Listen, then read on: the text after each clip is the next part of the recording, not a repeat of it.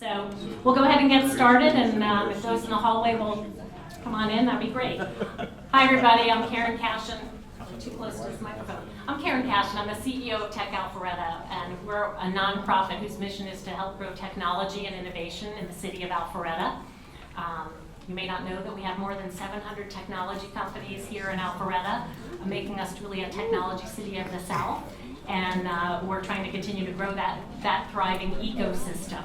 So with us in the audience tonight are technology executives, including a great many of our Tech Alpharetta board members, as well as city leaders and some of our sponsors. I'd like to first recognize a couple of the elected officials that are here with us tonight, outside, of course, of our featured speaker, State Representative Michael Caldwell, here this evening. Fulton County Commissioner Liz Hausman.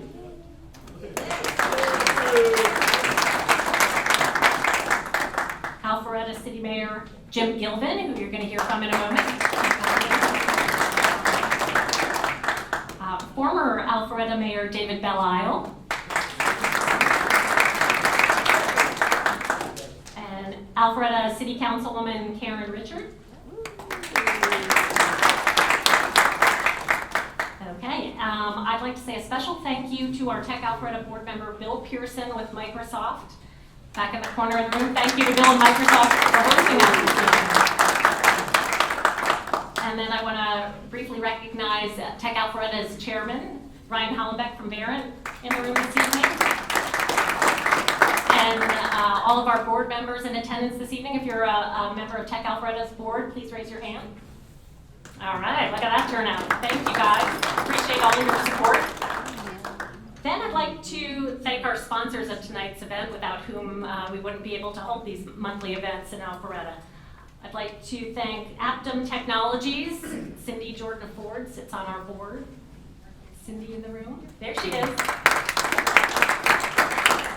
Lease Plan USA is Philippe Smolka in the room this evening. They're one of tonight's sponsors as well. Bill from Microsoft again. OneSpring, Jason Moshe, also one of our board members. Stellar Consulting, Varun Janji. There it is.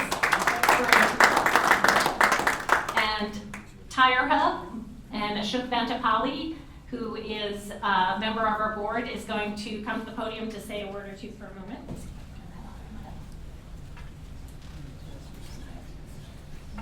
So good evening, everyone. I'm sure when the name Tire Hub was said, you're like, what is that? So I'm going to make a shameless plug, sales pitch, so sorry for that. So tonight's topic is about, can Georgia become the tech capital of the East Coast, if you will? And I actually hopefully apologize, Lieutenant Governor Duncan, if I'm stealing the thunder. I believe it is already at the Capitol. And I say that because I've spent most of my life in New York and moved here 7 years ago, and I'm amazed every day that the number of companies that are here and technology-driven companies. So in terms of, so what has Tire Hub to do with technology? You know, you may wonder what that is. So let me kind of give you a quick background. Tire Hub is a technology-driven company, originally formed last July by two arch rivals, Goodyear and Bridgestone.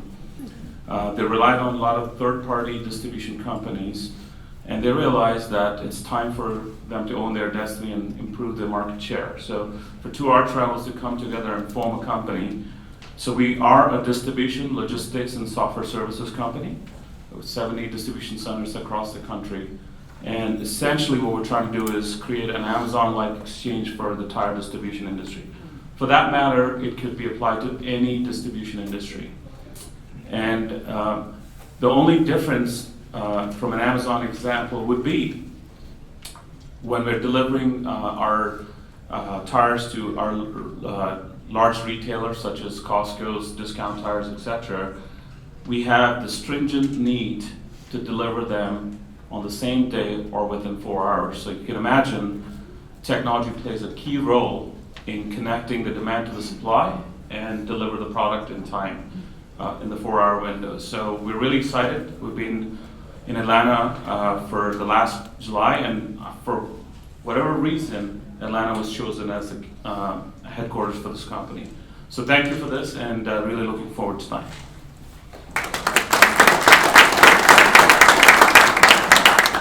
Thanks, Ashok. I also wanted to say a quick thank you to the City of Alpharetta, one of our major sponsors, Trevelino Keller, our fabulous PR firm sponsor, Alpharetta Convention and Visitors Bureau, and V-Link Solutions, all of which are premier organizational sponsors.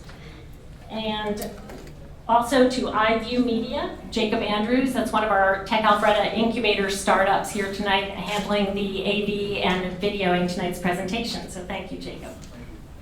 I'd now like to introduce you all to the City of Alpharetta Mayor Jim Gilvin, who's going to say a few words and introduce tonight's speaker. Thanks, Jim.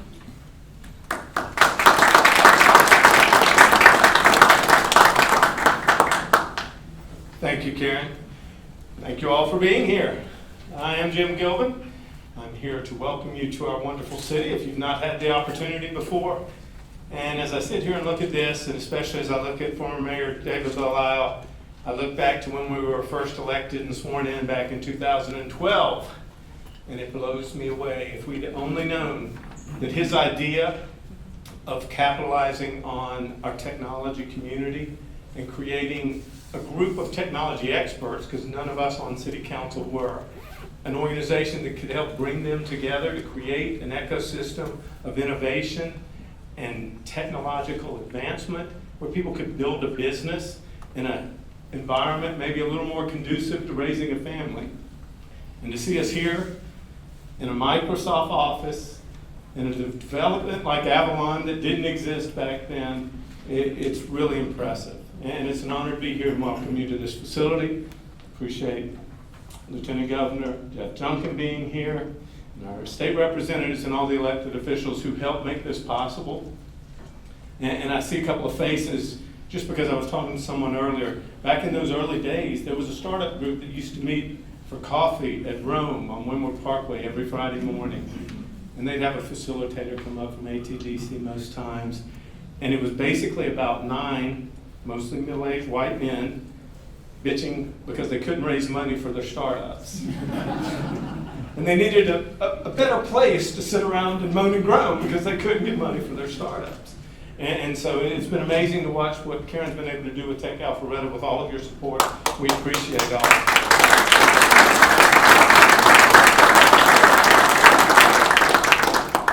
Now I hope you don't mind if I read, but Mr. Duncan's resume is a little too extensive and impressive to risk me butchering it by trying to remember the whole thing. So if you will. Lieutenant Governor Geoff Duncan, a former professional baseball player and successful entrepreneur. Geoff Duncan was elected to Georgia's Lieutenant Governor in November of 2018. Geoff graduated from Chattahoochee High School here in Alpharetta, where he met his wife, Brooke. Geoff and Brooke both attended the Georgia Institute of Technology, where Geoff was a scholarship pitcher. After a successful career at Georgia Tech, Geoff was drafted by the Florida Marlins. Geoff spent 6 seasons playing baseball in the minor leagues, advancing as high as AAA before a shoulder injury forced his retirement in the early 2000s. After retiring from baseball, Geoff and his wife Brooke started a small marketing firm in their living room. The company experienced tremendous success, which allowed Geoff and Brooke to sell the business and move on to multiple other entrepreneurial ventures. Geoff most recently served as the CEO of a health technology startup. I don't remember seeing him complaining about needing to raise money over at the start at Rome though. Geoff's faith inspired him to a life of leadership and prompted his upstart run for political office. He was elected to the Georgia House of Representatives in 2012. During his time in office, he authored several important pieces of legislation. These include HB 749, the Cargo Theft Act, HB 152, Michael's Law, and most recently SB 258, the Rural Hospital Tax Credit. Geoff and Brooke are married and have 3 sons, Parker, Baylor, and Ryder. Geoff has coached youth sports for 23 years and also leads a weekly Bible study with his wife, Brooke. The Duncans attend Brownsbridge Community Church, an affiliate of North Point Community Church. And before I turn the mic over to Lieutenant Governor Duncan, I just want to say that I had the honor of being at a political breakfast about a year and a half ago and hear one of his very first political speeches. And since I've been in that kind of arena on a local level for the past 8 years, one of the things you have to do very quickly is learn to judge the people that you're dealing with. And my way is, you've got the good guys and you've got the rest. And you let the rest of them kind of sort themselves out and you learn more over time. But hearing his speech, being able to tell he is sincere, he's in it for the right reasons, and whether you agree with him or not, he doesn't mind having a conversation about that. And that's all I ask from the good guys. So I introduce Lieutenant Governor Geoff Duncan, one of the good guys.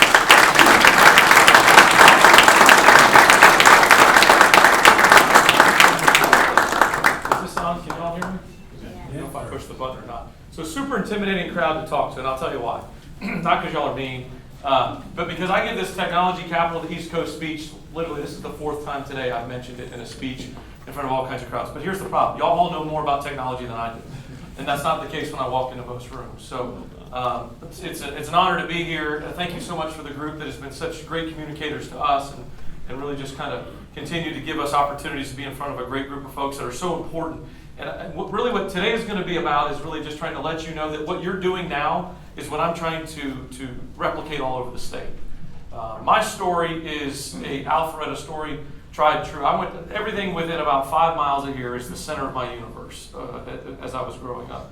Graduated from high school from Chattahoochee High School, just a few miles up the road here.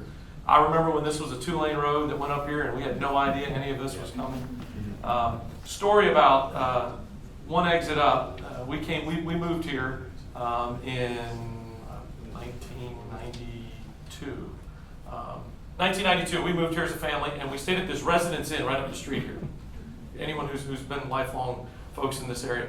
And it was a 2-lane road, and this Residence Inn was like poured back in the woods, and there was nothing else around it. And I looked at my dad, and I said, Dad, why in the world would Marriott spend the money to build a hotel out here? And he's like, son, they know something we don't. At which point I should have went and tried to buy some property, but I didn't. But sure enough, there was a plan in place, and it was just amazing to watch this play out.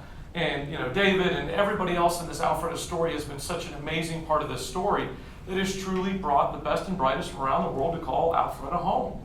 And so my whole concept around this Technology Capital of the East Coast just simply plays on this model and looks for an opportunity to grow it statewide. Kind of my pathway here has been interesting too. So just even closer than Chattahoochee High School was North Point Church. Brooke and I went there, our family went there, and we walked into a service. Andy had a service, this is, I don't know, maybe 8 or 9 years ago, and it just was a simple little Sunday, middle of summer kind of thing, and it was drop the kids off and walk in and sit in our seats, and all of a sudden he starts talking about this series called Recovery Road. And it was on the backside of the recession, right? Everyone was kind of grumbling, the world was, just kind of still grumpy about losing all their money. And his point was, we've all gotten so good at complaining, but we're not a group of people that are doing enough about it. Right? We're not getting involved and engaged. And I had never once, not a moment in my life, ever thought about being in politics, a single moment in my life, until this happened. His comment was, look, go get more engaged, go get more involved, right? If you want to complain about education, you should be spending more time with your own kids at your own kitchen table. You should be mentoring kids in your community. You should be mentoring kids in other communities. Fiscal responsibility. Everybody wants to talk about the government's too big, but too many of us are leaning into government programs that we just qualify for, but we don't need, right? Look for ways that you can remove yourselves from the government and the payroll. And so long story short, it was like, go find your lane and go make a difference. And he landed the plane by saying, and you might even have to go run for office. So I walked out of there. I felt like this was very, very clear. I said, Brooke, let's go run for office. At which point she said, I did not hear that message. So a little bit of negotiating there that went back and forth. But the long story short is we got involved in politics. And what I realized, and probably this represents a majority of the people in this room here, you're policy-minded. The politics disgust you. They bother you, they confuse you, but the policy is very clear. right? And trying to figure out, so I realized once I got sworn in as a state house rep member a few years ago that I liked the policy and I was good at the policy. And so for me, that I believe is the pathway forward for Georgia. Let's go get the policy right. Let's put on display what it looks like to work together as different communities from all over the state. And so really I put on a quick display in the Georgia House of Representatives of being a policy-minded person with the help of my friends Michael Caldwell, who's in the House, and you're running for the Senate now. I think is this the same district that you would be in? Okay. And Mike Dudgeon, who's now my policy director, I don't know why he took a 4 million% pay cut to come to work for me, but he did. And so, we just dove into the policy. And what I realized was there is an opportunity to be creative, there is an opportunity to be collaborative, and there is the opportunity to separate ourselves in Georgia as being a policy-minded state. And so I woke up one day a few years ago, another crazy idea, and just decided I either wanted to be in charge or go home. Right? I just decided at this point it was an opportunity for me to put my leadership style, my leadership approach on display. And a trait that sometimes hurts me but sometimes helps me is I'm not afraid to lose. So I jumped in the race for lieutenant governor because I thought it was the best position for me to put my policy mind on display and be the president of the Senate in the Georgia State Senate. And so we started off, no kidding, 500th in line to be the lieutenant governor. I mean, literally, we ran our first poll. I don't even know why I spent money on it, but we had less than 1% name ID statewide. And I want everybody to get this part of this message. It was something that my wife and I had never felt more led to do with at least certain outcome, right? It's just one of those moments in your life, whether it's a business, and hopefully everybody in here has experienced that, whether it's a career path, a relationship, a faith decision, something in your life where you've never been more certain about doing something, and you don't really care about the outcome. And so that was who we were for 2.5 years. We traveled the state, and a lot of that background was talking about my version of economic development, was centered around this notion of being the technology capital of the East Coast, right? And so we got to put that on display. We won the race. I won't bore you with the details, but somehow, some way, we tricked almost 2 million people to vote for us. Just kidding. We didn't trick them. We talked them into it. But really, it's an opportunity to put on display. So this past session, we worked hard to really try to accomplish a lot of the things we talked about, but also to really build a mentality around the Senate of being policy-minded and not being politically, I don't even know what the right word without stepping on people's toes, but politically, some folks show up to politics and it's almost like a blood sport to them. They regardless of what they're arguing for, they just want to argue. And nobody in this room, no business model represented in here, no community in the state of Georgia thinks that that's a productive way to get our business done. So we put on display some big ideas. One was we passed 22 healthcare bills this year. A lot of you in this room are probably in and around healthcare IT. That's my background for a number of years running a healthcare IT company as a startup. And yes, I was begging money. I just didn't find that particular coffee shop. And I probably should have. But we passed 22 healthcare bills and a lot of things around telehealth and digital health and a lot of areas to open up new opportunities. We gave every teacher a pay raise because I think K through 12 education is really important. Governor Kemp thinks that K through 12 education is vitally important to the future of any goals that we want to accomplish, whether it be economic development, social reform, all of that stuff is really tied into how we educate our kids. And so we accomplished a lot of things, but we still have more work to do. So the work to be done is continued progress on healthcare and looking for ways to improve price transparency. I think technology's got to, it's just vital to price transparency and how we put on display a free markets model around healthcare and delivery of prescriptions.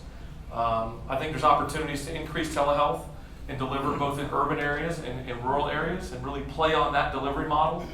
11 million Georgians, and regardless of Democrats, Republicans, Independents, they all care about two things around healthcare. They'll all agree on two things, which think about that. How do we get 11 million people to agree? They all want more affordable healthcare. Everybody does. And you want better access to it. You want to be able to get to your docs quicker and more efficiently. Telehealth is going to play a big part of that. Price transparency is going to play a big part of that. So on the technology capital of the East Coast, right? That's my idea of economic development. That's really my vision of how we move forward. And sometimes I get beat up on it, right? It's not going to happen in this room. Y'all drink the Kool-Aid and understand where we're going. But some rooms pick on me and say, look, why would you be so narrow-minded as to just want to focus economic development around technology?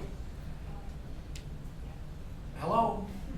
Technology, every business is a technology company. Every single business. not just represented in this room, but if I walked in and gave a speech at Delta Airlines, their entire business model knows they're a technology company. They just happen to stuff a couple million people on a bunch of fast airplanes every day. Coca-Cola is a technology company figuring out ways to better distribute products on a global platform. And a lawnmower shop or a bicycle shop or all the retailers in this Avalon development are technology companies because they couldn't survive if they didn't find their next customer with analytics and data mining and social media. And so my idea behind being the technology capital of the East Coast is really building an ecosystem of talent that makes it impossible for kids like mine to want to leave after they graduate from college.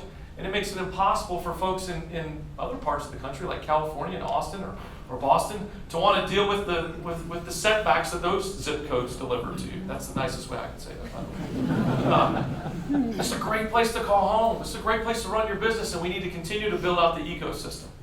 And look, a lot of people are going to try to take this and just create flyers and say, oh, we're the technology capital of the East Coast. But a lot of work's got to be done to actually accomplish that, right? And we're not playing on a global stage. I mean, just even talking to so many of the entrepreneurs in the other room, there's so many businesses that are represented from different nationalities and different parts of the globe.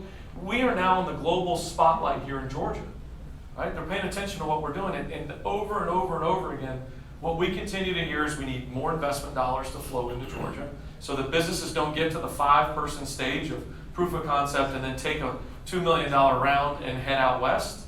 We need those $2 million rounds to happen here so they can turn into 200, 2,000, 20,000 person companies and be the next unicorn that we all are able to call, be proud to say that Georgia's their home. We also need to figure out ways to develop talent, right? We need to be able to have homegrown talent, and talent looks differently, right? It's interesting to hear everybody kind of talk about, several of you talk about different ways and different pathways to that you're cultivating new talent. It's fascinating, right? That's really, that's kind of the free markets at its finest, but we still need to do a much better job of educating. To me, that starts K through 12. We got to deliver better, more effective, statewide K through 12, right? I think the greatest gift we give a child is a quality K through 12 education, and we need to do a much, much better job of understanding that. This year, with the help of Mike Dudgeon, my policy director, who brought, is it SB 106 or 108? 108. 108. It's like playing lottery in your head with all these bill numbers. 108, that's right. That's another good bill. SB 108. Mike came to me and said, would you believe if I told you that only 0.5% of kids are graduating from our Georgia high schools that have at least one computer science class? Only 0.5% of kids, right? That's crazy to think in the zip codes we live in. I live 2 exits north and Cumming, right? Kids are getting computer science classes left and right. There's pathways designated. But that's not the case all over the state. And so we passed the bill this year that requires every high school kid, over the next 3 years, we were able to, starting in 3 years, we're able to implement the program in place, and we put state funding behind it. Because I know and you know that these kids are going to have to compete in a 21st century global economy that's going to have technology to be a part of it. Even if it's not a programmer or a software designer or hardware or software sales, their businesses are going to be supported by technology. And so just instilling that in them and in those districts and in those communities as to how important technology is. And so that's obviously a part of it. But we also need to really focus on workforce development once kids are, because now the workforce looks a little different, the entry points. It's viable now in many of your business models that 18-year-old high school graduates with some technical training can now be a viable part of your business models, right? It's possible.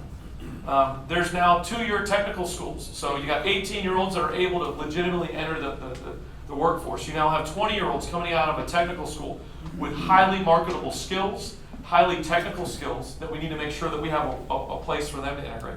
Obviously, the 4-year students coming out at 22. We have folks leaving the military that are re-entering with a high aptitude for technology. But we also, for the first time probably ever in the history of this country, now have 30-year-olds, 40-year-olds, 50-year-olds, and even 60-year-olds that are migrating out of long-standing careers. And they're trying to look for a way to re-enter the workforce with a technology focus. And we need to do a better job of figuring out ways to educate those individuals, to fill those gaps, to be able to give you the tools you need. It's not easy. Every community is going to look different, but we're going to continue to focus on it because I think that we can truly be a global example in how we grow this ecosystem. I want to point to the film industry.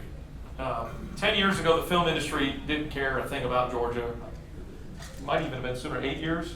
I mean, it's some recent time lapse. the film industry had really no footprint input. A tax credit was given. There was some tailwind that was put behind it. There was some vision behind Governor Deal. But what's happened is there's an ecosystem now, right? There's a talent pool where somebody's wanting to think about coming here, might have been hesitant when it started, but now they know if that project or that job doesn't work out, they've got 5 other opportunities that are lined up that they can roll into. And those investment dollars come here. So we, as technologists, and I like that title better than politician, by the way. We as technologists have got to be evangelists for this technology capital. We've got to be willing to talk to our investment partners in other parts of the country, if not the world, and talk about really this ecosystem that we're trying to build. Invite them to experience Alpharetta, to experience this building here, to experience the businesses that you know in and around your communities. We need to invite our own families, our own communities. Stay here. Don't think about going out of state. Continue to call Georgia home. There's lots of things that we can do, but this room here gets it better than most of the people. But I think we're starting to feel that momentum going. And yes, we may have, to the mayor's point, I think we've already got, or somebody made it, I think you might have made the point. We've got a great head start on being the technology capital, in my opinion. But think about who we're competing with. I mean, I'm not saying the Southeast. Right? People kind of confused me at first and said, "Oh, that's great, Southeast." I said, no. We're talking the East Coast. You got New York, you got Boston, you got D.C., you've got Charlotte, you've got a big. I want to take them all out. I think we can do it. I think we have a great opportunity to continue to just broadcast what we're doing here in Georgia and take the title. And it's not going to be easy, but it's a mentality too. I think we can do it. I think this room here thinks we can do it. I think that we need to continue to encourage businesses all over the place. We're going to try to be very creative on how we attract outside investment. Mike and I are working on a couple of different strategies to try to figure out what that looks like. Some states are doing it much better than we are, and I think we need to be a more sophisticated investment player when it comes to working with startups and with incubator environments, so we can those small entrepreneurs that once they start to prove viability and get past an angel round, maybe have the opportunity to tap into a bigger opportunity for cash. So I won't go off the rails in there, but to close, I want to close with this, and then I'd love to take some questions. I wake up every day knowing I work for 11 million Georgians. Right? Some days that's easier than others. Right? I have 11 million bosses. Actually, well, my wife's a Georgian. I was going to say 11 million and one. But I take that seriously. Brian Kemp takes that seriously. We talk about it often, right? We work for everybody in Georgia. We work for both sides of the aisle. We work for the folks in the middle. We work for the it is a big, big responsibility. And here's what I know. Our best days are in front of us. I truly believe that. I don't think there's any doubt. Republicans, Democrats, Independents, everybody, even non-political people, wake up every single day and realize Georgia's best days are in front of us. To me, the big decision is what kind of best days are in front of us, right? How much can we increase the quality and exponential growth rates already? How much can we really get our hands around this and make this the icon of the entire country, if not other places in the world? And so for me, I want 11 million Georgians to also wake up with that same mindset, that the best days are in front of us. And think about this. Oftentimes people laugh when I say this, but this is true. I don't think anybody on either side of the aisle wakes up in Massachusetts and says, our best days are in front of us. They're looking in the rearview mirror trying to chase 200-year-old history. Right? Other states are in the same scenario. Very few states can look up and say, our best days are in front of us. I will challenge this group here. You guys are part of that future. You're part of that ecosystem of talent that we're trying to cultivate here. I want it to be impossible for my kids to look me in the eyes in 10 years and say, Dad, I'm going to go take a job somewhere else. I want it to be the most logical step for them to take is to stay right here in Georgia and to raise their families. So, with that, if I haven't talked too long, I'd love to take any questions that y'all have. Come on, gotta have questions. Yes, sir. What practices are being put into place to ensure, for instance, you mentioned the K-12 training for computer science for students up and coming. We're already starting to see problems in the university systems where they can't hire professors that actually know the newest computer languages to teach to the students. So we're actually finding the best computer programmers are outside of the education system. A great point you make, and it's because I think we need to do what this community has done and lean into the private sector to help us build the rigor, help us to build the best practices going forward. I don't think we ought to educate in silos. I think, if I went to Georgia Tech, they're doing an incredibly good job of partnering with businesses all over the world and really understanding. I mean, in academia environment, you're never going to solve the biggest challenges in the world. You don't even know what they are in that environment. But that business trying to solve a big riddle out there about whether it be a technology deployment or a logistics issue, programming, they're going to be able to be better dovetailed. I think we need to do a better job of partnering with the private sector. And that's at all levels. There are different levels of recognition. If you're an executive in, I don't know, Missouri or anywhere else, and you're looking to relocate, what city do you think of first? And we want to be that city. And that's why Well, I'm here. so I'm just going to correct you for 1 second and let you know. I want to be that state. Okay. Yeah, I want to be that state. Okay. Okay. My apologies. I have to run The statewide. state. About that initial recognition is, and I'm thinking about Austin with South by Southwest, and that has given that city, and to a degree the state, a tremendous amount of recognition as a place to be, a hot place. Nashville, I think has a plan to do the same kind of thing with, what is it, 86 by 36, or something like that. As we speak, there is a 2 or 3 day conference going on there. It's all tech, and a multi-site conference. So, have you guys thought of something that could be get that spotlight on, okay, Georgia, but Atlanta, that would, other than Dragon Con? Only this room. Thank you. So great point. My guess is, and I'm going to pick on anybody in elected office. Sorry, Michael. The private sector is going to get those. I don't know the mechanics of all those events. You look like you've got an answer to it. I think the private sector is going to be a much better, incubator of one of those big events as we go forward. But yes, I think we need some wins. We need some big global wins, and I think a big cornerstone event might absolutely. Can't do it, to your point. And shouldn't do it, because the government makes terrible decisions, by the way. I've never seen I'm going to go off on a tangent here. I've never walked by a bureaucrat's office and seen him make a good decision. Right? I think a cool event that has national recognition would be huge. We actually do have one. So we have a Smart Cities Expo coming in 2 weeks to Atlanta, which is actually. Will you get him a front row ticket? I'm telling you. So we're all signed up. Smart Cities Expo in 2 weeks. It's coming to Atlanta. It's going to be a phenomenal expo. I'm from Microsoft. It has nothing to do. We're not leading it, but it's a global event that is going to be actually hosted in Atlanta. Typically, it's in Barcelona, but it'll be here in Atlanta.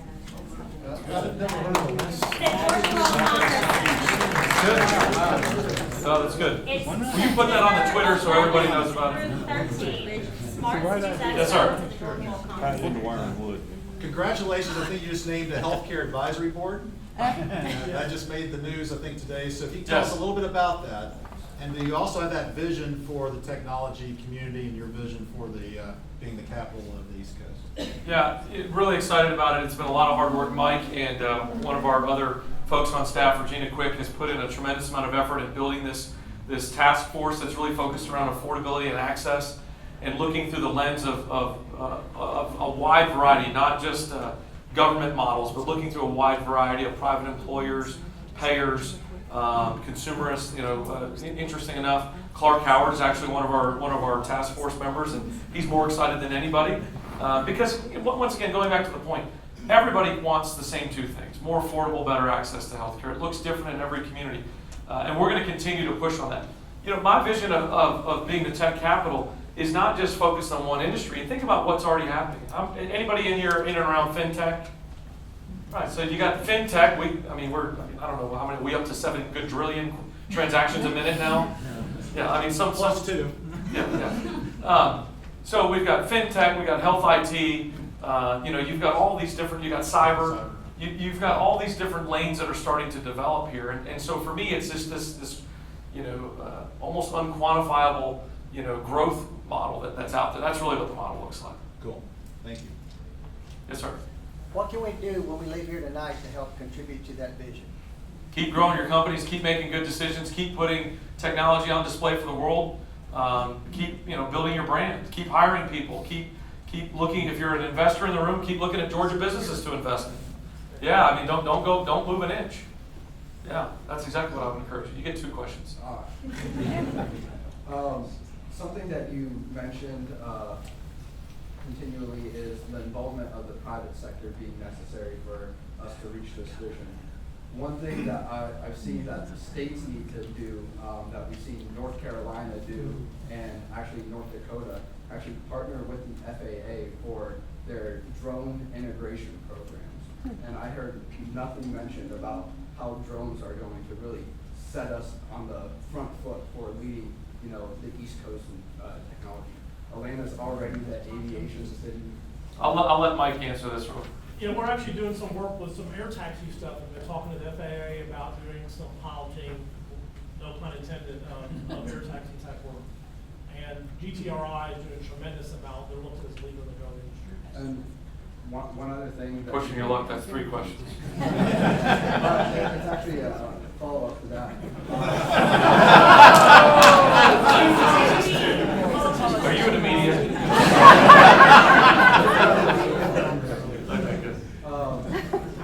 We have over 900,000 acres of agricultural land in Georgia, and those are some of the least technological cities or areas around Georgia. Why aren't we using drones that can fly beyond visual line of sight, similar to the Department of Transportation partnering with the FAA, or again, North Dakota also putting millions and millions of dollars of state funding, no federal funding, into these programs to partner with the FAA, because they have the foresight to see that drone technology is the future of mobile computing. People are going to have drones, at the consumer level, doing things that we can't even imagine yet. So definitely something to continue to look at. I haven't seen a huge push come across my desk. I know the DOT is talking and there's others, but I will tell you that you make a great point. Technology knows no boundaries. That's really, to me, what's going to be the saving grace for rural Georgia. That's literally drying up on the vine in so many difficult spots around the state. Technology knows no boundaries, and that technology is ultimately going to be what I believe brings them back from the brink of extinction and allows them to go back to thrive. Textiles left decades ago. Now technology is going to be able to move that. Yes, sir. First of all, thank you so much for taking time and sharing your vision. I have 2-part question. Question 1. Oh, here we go with multi-questions. 1A and 1B, so I had 1 question. Yeah. So part A of the first question is that what as a Georgia government is doing for entrepreneurs to stay here. I'll tell you, because my co-founder is in South Carolina. Anytime that you get a funding from the federal government, they do have some matching program going on. So I would love to understand as to what the Georgia is doing for those people who are here funding. Second part is that for the private investors, I know you're trying to do a lot of things to build the company, grow the company, but investors also have to see if there's something in it for them other than growing the revenue from themselves. So yeah, two parts to that. The program that Georgia has deployed, and it was deployed before I got there, was called Invest Georgia. It's still an active program. I think it's a $10 million annual fund. Everybody in this room would realize at a state level that's just a fraction of what the need is. And so looking for ways to kind of reform that and make that a much more significant fund and meaningful fund, I think is an important next step for us. We're actively working on doing that.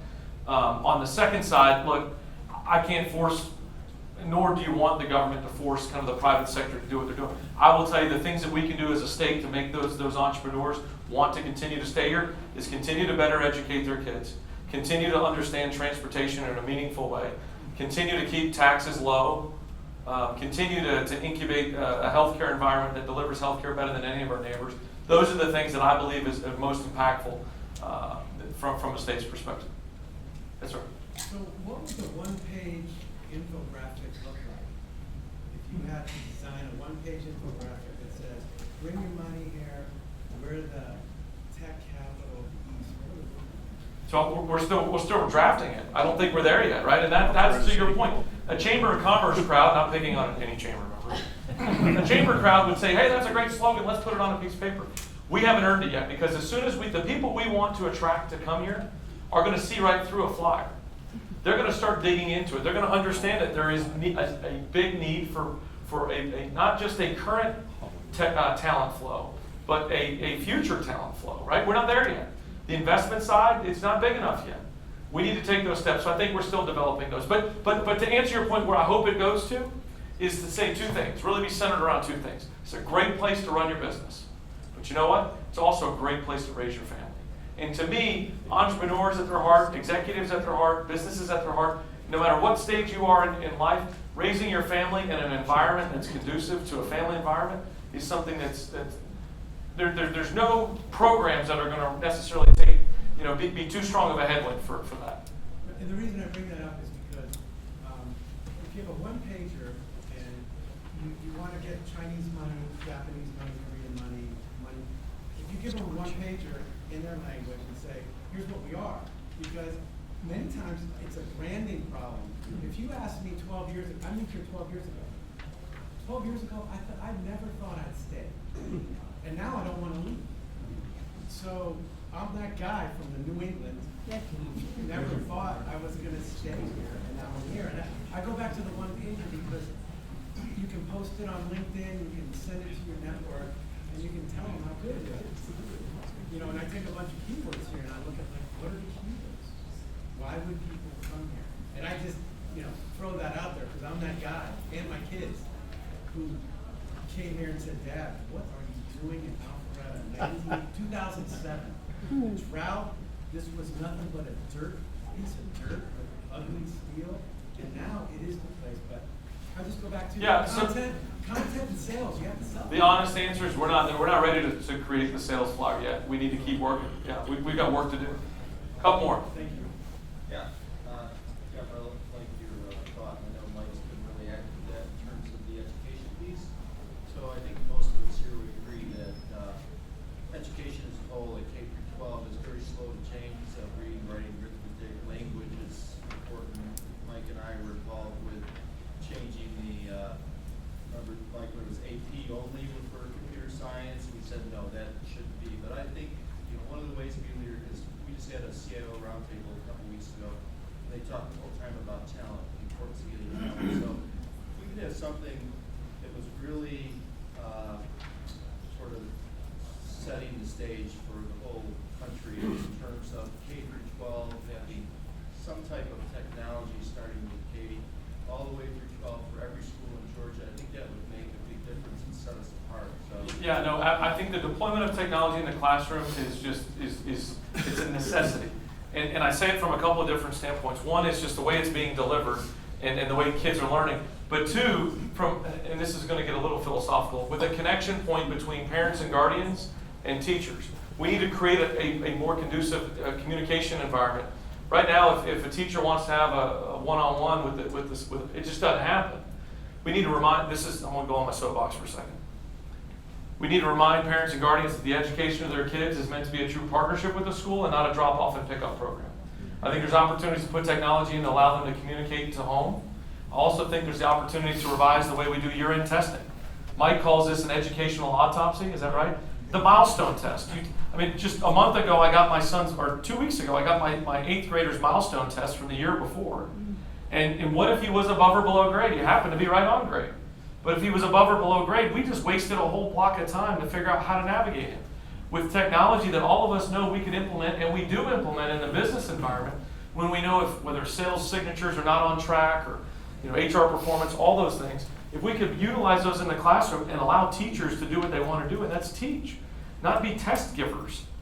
And so I think there's an opportunity, to your point, Tina, I think we can put it on display for the entire country to watch what we're doing.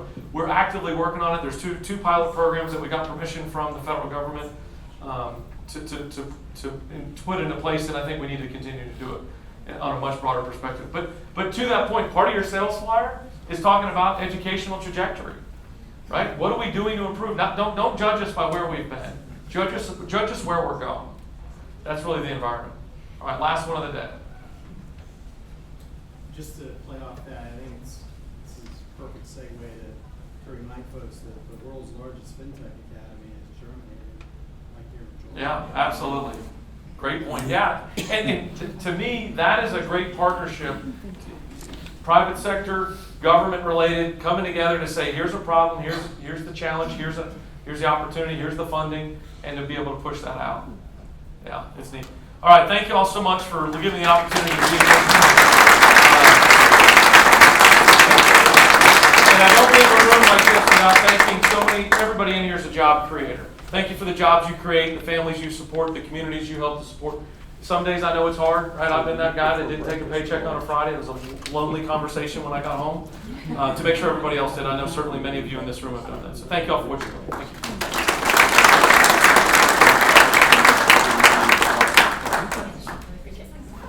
Another round of applause.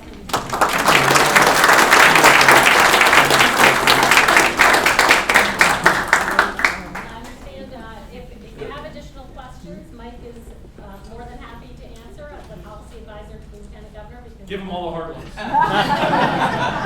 Walk to his next appointment here tonight. He's had a busy day. Yes, if you have additional questions, Mike. I'll take more. Yes. If anyone wants them. Yes, and Mike is a former tech executive in his own right of an Alpharetta-based company. Been a CTO of High Road Studios down the street for several years and helped build radio systems here in Alpharetta. So I've been a tech guy before I got conked on the head and got into politics. Yes, sir. I just want to recognize Karen for something she did last year. She put together, I think, the first ever Ag Tech Conference with the vision and foresight of our elected officials. And so, to the drone question, we had some really, pardon my French, but some pretty kick-ass presentations from companies that were really up and coming in that field. And if anyone really wants to get into drones in a sexy way, I have a drone company. Come see me. Not me personally, but I know of one, and I can help you. I can hook you up. Intersection of drones and e-commerce and all that cool stuff. Home delivery. Georgia Tech has a Ag Tech Center. Dr. Doug Britton runs it down at Georgia Tech. People don't know about it, but they're actually one of the leading thinkers about supplying technology and agriculture down at Georgia Tech. It's a pretty cool setup when you see some of the stuff they're doing down there. Yes, sir. Well, you're number two again. Number two. All right. The drone question, Yeah. I think brings up I guess a point. You got a point? I got a point. What we're going to be known for is as a tech focus. Drones, AI, IoT. FinTech, cybersecurity, health IT, yeah. Well, see, that's interesting. If you think about Silicon Valley as the tech capital of the world, you don't think of them as necessarily one lane, right? And I think one criticism that Geoff and I have talked about in the technology space is that we got a lot of really successful technology things here in Georgia. But there's a criticism, I don't know if y'all would agree, that it's a little bit siloed. Like everybody's kind of working in their lane and doing their thing, but you don't feel, now Tech Alpharetta may be doing a better job. I think the tech governor's vision is that we're known as a general tech, which means we have success in fintech, in cybersecurity, in a lot of different lanes. Right now, we are attracting people with fintech and with health IT more than anything else, I would say. So, other questions? We got number 4 here. I'm going to grab her first, back in the back. My question revolves around, as we look at Georgia and bringing more and more people into our cities, and Atlanta in particular, Yes. since we're part of that, a big part of quality of life is the ability to get around. Actually move somewhere. The ability to move somewhere. So transportation remains probably our single biggest hurdle to retaining people Absolutely. and companies. And yet, I don't feel like that's one of the areas that I know we invest lots of money, but to do it more quickly, Yep. I mean, there's ways we can encourage companies to work from home, virtual is big. So tell me your thoughts on that. Well, Lieutenant Governor and I are working very strongly with the DOT on technology, trying to doing things smarter and just putting up more concrete. You can put up concrete all day long, but it costs a ton of money. We've got a grant program to try to incentivize the DOT to do some more riskier things. Anybody in this room a civil engineer? Probably not. I love my DOT friends. I'm an electrical engineer and I'm a software guy. Civil engineers are very conservative. They want to just do something, build the bridge 3 times strength and make sure nothing ever fails. So they have a harder time doing technological things. City of Alpharetta just put out an RFP and then just granted it for 100 intersections here in Alpharetta, which are going to be totally networked. And that's going to expand in a program you're going to hear later this fall around the entire region that we've been working with at our office in order to make Atlanta one of the leading centers in sort of doing more information tech into our transportation network so that we know what's going on with this intersection. It makes Google Maps and Waze a whole next level by knowing what's going on in the intersection. Lieutenant Governor strongly believes that we need to really complement the concrete in technology with technology. And so, yes, we're investing, we're spending $1 billion down the road here at 400 and 285 in good old-fashioned concrete and steel. At the same time, we are really pushing the DOT to take a different mindset to say, how can we more efficiently, how can we use data, how can we really be a good thing for air taxis, self-driving cars, all those kind of things in order to solve the problem.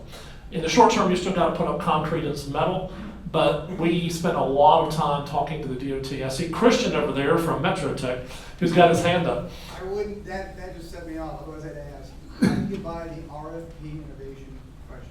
What's that? How do you get past the innovation through an RFP? It's just everything you just said, love to hear it. Yeah. I've talked about this. But you get into RFP of the government process. There's no innovation. Yeah.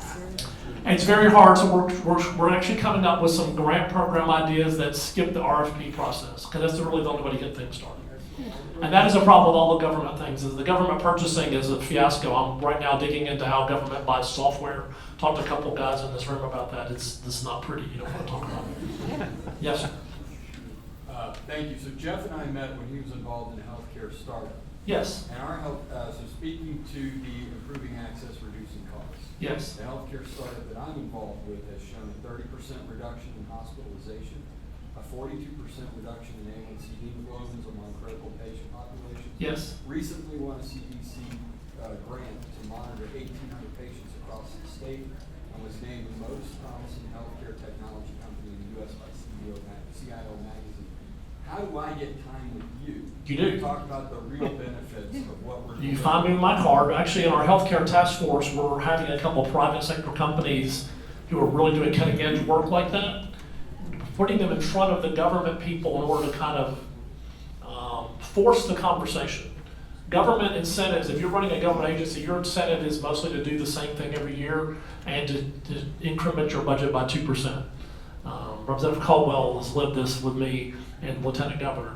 So this healthcare task force, one of the part of the reason is to actually bring more private sector players to the table and show the government agencies that there's a lot of brain power and a lot of new ideas, a lot of, especially use of data. Our first day in the legislative task force on healthcare is about better use of data, because the government is not doing a good job either with transportation data, and Christian can definitely testify to that, and they're not doing a really good job with healthcare data. So find me afterwards, we might be able to plug you in and get you plugged into that. That sounds great. Other questions? All right, I'll get you with number 4, but I'm gonna get the people first. Over here. So Mike, you were talking about the 400 to 85 interchange. Yes. Investment. And maybe you can educate me on this, but what I saw in the Business Journal about the change of the way you're gonna come up 400 kind of disappointed me. I have to go to the airport on a regular basis, and how many people in this room do that? Everybody in this room does. So I'm not gonna get on a bus to get on a train to go to the airport. It just doesn't seem efficient to me. And before, we were gonna have one train to go from here to the airport, now we don't have that anymore. So how is that gonna be more efficient? And I'm not gonna get in my car and drive down 400. Two different things. I mean, the intersection of 285 and 400 is 100% car related. In other words, redoing the horrible intersection that the engineers in the 80s all need to be fired. Whoever designed the intersection in the 80s needs to be fired. I was here in the 80s when they built that. I'm like, this doesn't make sense. That is a 100% car thing. I think you're talking about the new plans for the lanes and the transit and all that stuff up here.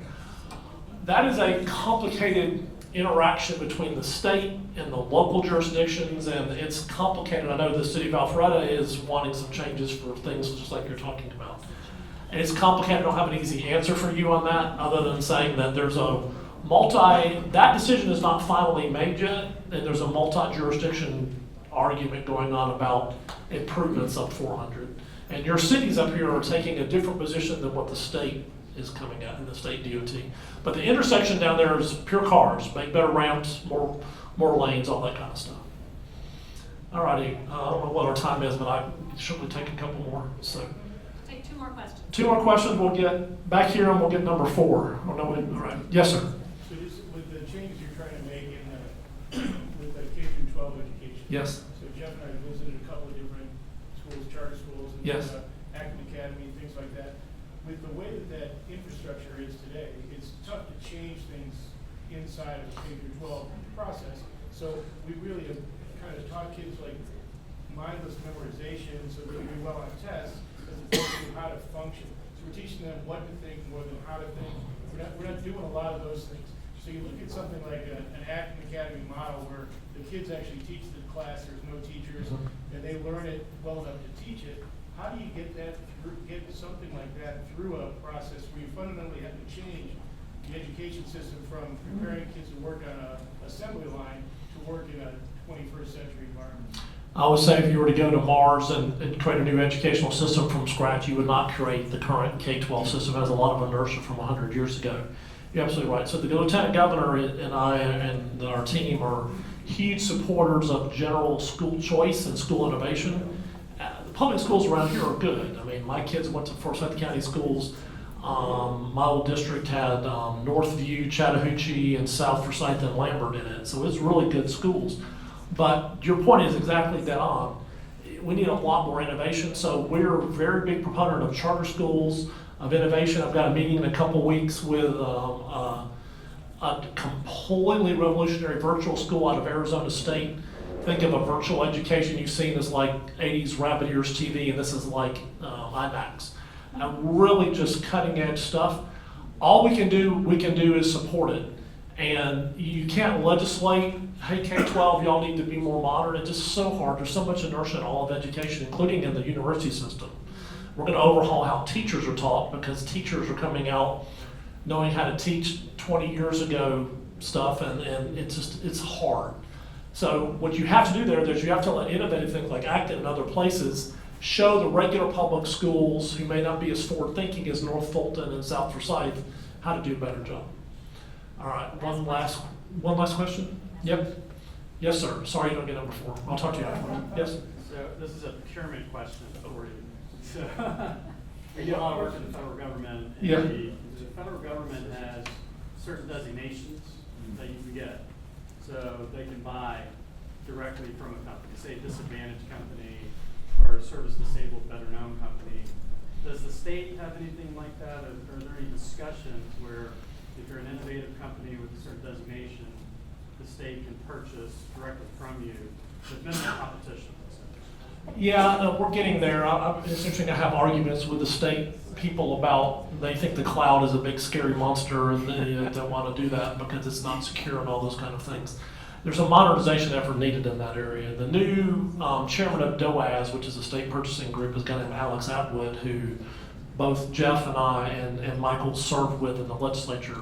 And we'll talk to him about that. I really don't know the answer to that. That's actually a really good question. I will tell you personally, our offices have been digging into software procurement at the state level, because I see very clear problems with the state overspending and getting poor quality with a lot of their software contracts. So we're trying to dig into that.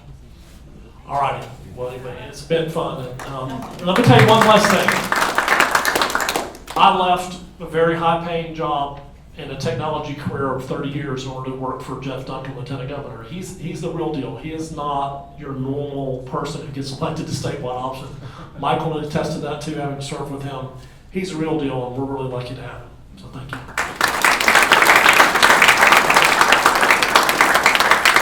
Okay, thank you again. That closes out our program for tonight. I want to thank you all for coming, and most of you should have a flyer on your chairs for Tech Alpharetta's next event on September 26th, our Cyber Drill Experience, which is a simulated real-time cybersecurity breach with an advisory panel of experts to help advise the audience on how to proceed through that breach. So I hope to see you there. Thank you again for coming out. Have a great evening.